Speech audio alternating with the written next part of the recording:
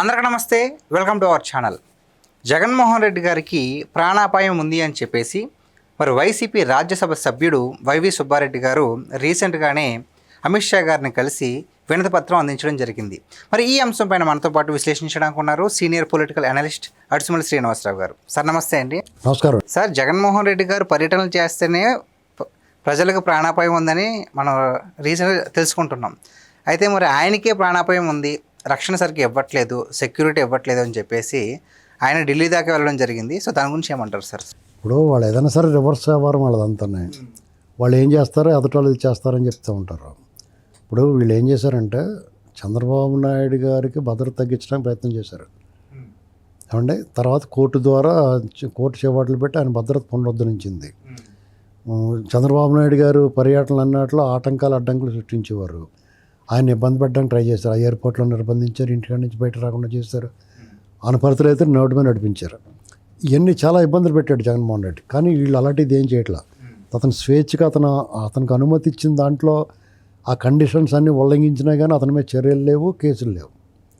యాక్చువల్గా జగన్మోహన్ రెడ్డి మొట్టమొదటిసారి బయటకు వచ్చినప్పుడే అతన్ని తీసుకున్న కండిషన్స్ అన్నీ కూడా ఆంక్షలన్నింటినీ అతను ఉల్లంఘించాడు. ఈ 2 ఏళ్లలో దాదాపు 10-15 రోజులకు ఒకసారి బయటకు వచ్చేవాడు. తర్వాత పర్యటనలో ములాఖత్తులకి వెళ్ళేవాడు, నేరస్తులందరినీ ములాఖత్తులకి వెళ్ళాడు, చైన్ స్నాచర్స్ వాళ్ళందరినీ చూడటానికి వెళ్ళాడు, శవం దొరికితే వాలిపోయాడు.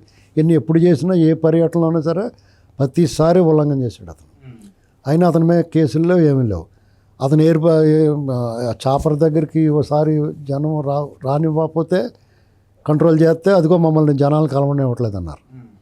సరే ఇలా ఏడుతున్నారు కదా అని వదిలేస్తే వాళ్ళేమో వెళ్ళి దాని మీద డ్యాన్స్ చేసేసారు. వాళ్ళంతా అద్దాలు పాల్గొట్టేశారు. వాళ్ళు శాస్త్రలో వాళ్ళని కంట్రోల్ చేసుకోవాలి, వాళ్ళ కార్యకర్తలని. వీళ్ళు కంట్రోల్ చేస్తేనేమో అదిగో మమ్మల్ని కలవనివ్వట్లేదని ఎడుతున్నారు. సరే కలవనివ్వండి వదిలేస్తే వాళ్ళు వెళ్ళి వాళ్ళ మీద ఎక్కేస్తున్నారు.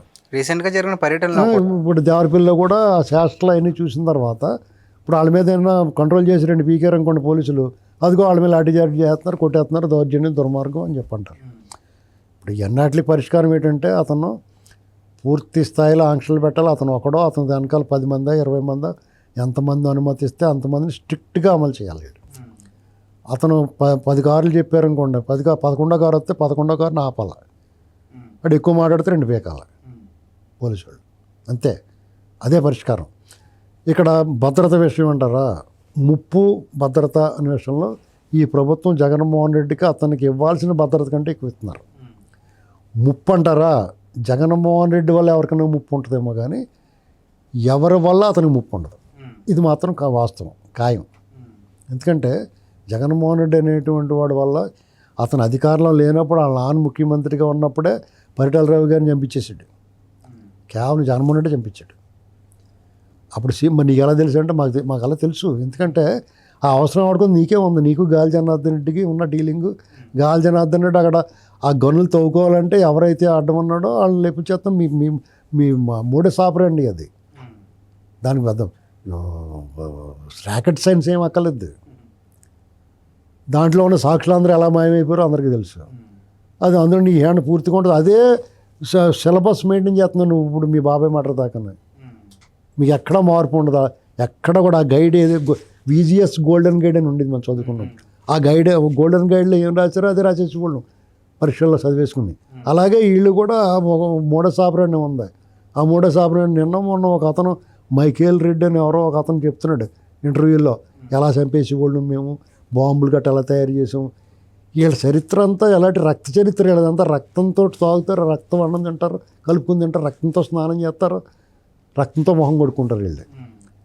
వీళ్ళు ఎదటోళ్ళ గురించి ముప్పు ఉంది. వీళ్ళకి ఎవరికన్నా వీళ్ళ వల్ల ముప్పు ఉంటుంది తప్ప వీళ్ళ ఇంట్లోకి కానీ వీళ్ళ దగ్గరికి కానీ ఎవడెళ్తాడో. అంటే సడన్గా ఈ పాయింట్ మీద ఎందుకు రేస్ చేస్తున్నారంటే, అంటే రేపో మాపు కోడికత్తి డ్రామా ఏదో ప్లాన్ చేసి ఉండొచ్చు. కోడికత్తి డ్రామా, గులకరాయి డ్రామాలు ఆడతారు కదా, వీళ్ళు బాగా అలవాటు కదా. వాళ్ళకి సంబంధించి సురభి డ్రామా కంపెనీ ఒకటి ఉంటుంది వీళ్ళకి. అప్పుడు అప్పుడు కోడికత్తి డ్రామా అయిపోయిందా, మా కుర్రడు బలి అయిపోయాడు. గులకరాయి డ్రామా కుర్రని బలి చేద్దామని చూశారు కానీ లక్కీకి ఎలక్షన్ గట్ట అయిపోయి అధికారం మారింది కూడా వాడు బయటపడ్డాడు, తప్పించుకున్నాడు. లక్కీగా తప్పించుకున్నాడు. అదే ఆడ 5 ఏళ్ళు అందులో మురిగిపోతాడు. ఇప్పుడు ఇంకో కొత్త డ్రామా మొదలెడతారు. ఈ కొత్త డ్రామాలకు అది ఛాన్స్ ఇవ్వకూడదంటే చాలా స్ట్రిక్ట్గా వ్యవహరించాలి ప్రభుత్వం.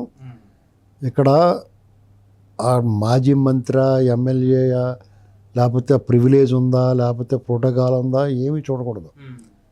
వాళ్ళ ఆంక్షలు పెట్టాలి, పోలీస్ డిపార్ట్మెంట్ చాలా స్ట్రిక్ట్గా ఉండాలి. లేదంటే జగన్మోహన్ రెడ్డి డ్రామాలు మిమ్మల్ని మీ ఆలోచన మీ తెలివితేటలు మించి ఉంటాయి. అతను చదువుకోలేదు, అక్షరాలు చూసి కూడా చదవలేడు, ఇలాంటివి ఉంటాయి. కానీ క్రిమినల్లో నేరం చేయటంలో మాత్రం అతను అందివేశం అతను క్రిమినల్ బ్రెయిన్.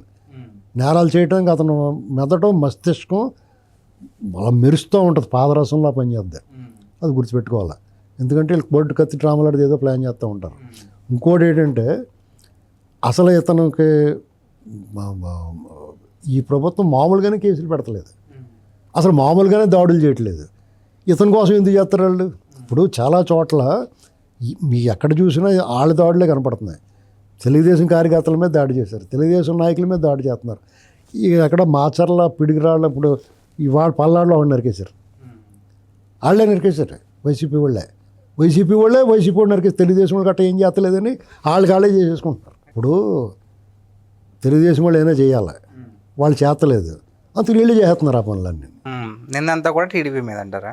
అది టీడీపీ మీద వేస్తే చెప్పు తీసి కొడతారు వాళ్ళని, వాళ్ళే లోపల వేసారు వాళ్ళని. అవకాశం ఉంటే వేస్తారు, ఇక్కడ అవకాశం లేదు, వాళ్ళు కూడా నరికేసాడు కాబట్టి. లేదంటే అది అన్ఐడెంటిఫైడ్ అనుకో, లేదంటే సీసీ కెమెరాలు కూడా దొరకలేదు అనుకో, వాళ్ళు చూసేస్తారు దాన్ని. అది సో ఈ దేవరపల్లి ఏదైతే పర్యటన ఉందో, సో అందులో కూడా ఒక వ్యక్తి చనిపోయాడని చెప్పేసి వారితో మోటార్ సైకిల్ వేసి గుద్దేశాడు. ఇప్పుడు ఇక్కడ ఏమవుద్దంటే ఆ రకమైన ఒక ఉన్మాదం ఆహ్వానిస్తుంది. వాళ్ళు తీసుకున్న మద్యం సేవిస్తారో, గంజా సేవిస్తారో. జగన్మోహన్ రెడ్డి చూస్తే 100 రకాల మత్తు పదార్థాలు సేవించినట్టు ఉంటుంది వాళ్ళకి. అతనే ఒక డ్రగ్ లాంటి, అతను వ్యాధి లాంటి, సోకేస్తుంది మనుషులకి. అలా మీకు ఎంత విన్యాసాలు చేయాలో అంత విన్యాసాలు చేస్తారండి. అది వాళ్ళ తప్పు కాదు, ఇతను తయారు చేసాడు అలాగా. అలా చేసిన వాళ్ళని ఇతను ఆకర్షిస్తాడు, మనం అలాంటి వాళ్ళని ఎంకరేజ్ చేస్తాడనేటువంటి మెసేజ్ ఇచ్చాడు విజయవంతంగానే. ఇప్పుడు ఒక మాజీ ముఖ్యమంత్రి గారి ఇంటి మీదకి వెళ్ళినందుకు జోగి రమేష్కి మంత్రి పదవి ఇచ్చాడు. నోటుకు వచ్చినట్టు మాట్లాడిన కొడాల నానికి మంత్రి పదవి ఇచ్చాడు. పాటలు పాడినోడికి ఇంకోటి ఇచ్చాడు. తర్వాత అమ్మటి రాంబాబు బూతులు మాట్లాడితే అతనికి ఇచ్చాడు. ఇలాంటివన్నీ చూసిన తర్వాత తురగా కిషోర్ అన్నవాడు ఆ రోకల బండ్లాడు తీసుకుని పొడి చంపేస్తాను చూసాడు ఒకసారి మాచర్లలోని. వాడికి అంటే మున్సిపల్ చైర్మన్ చేసాడు. అప్పుడు నీకు ఏమనిపిస్తుంది?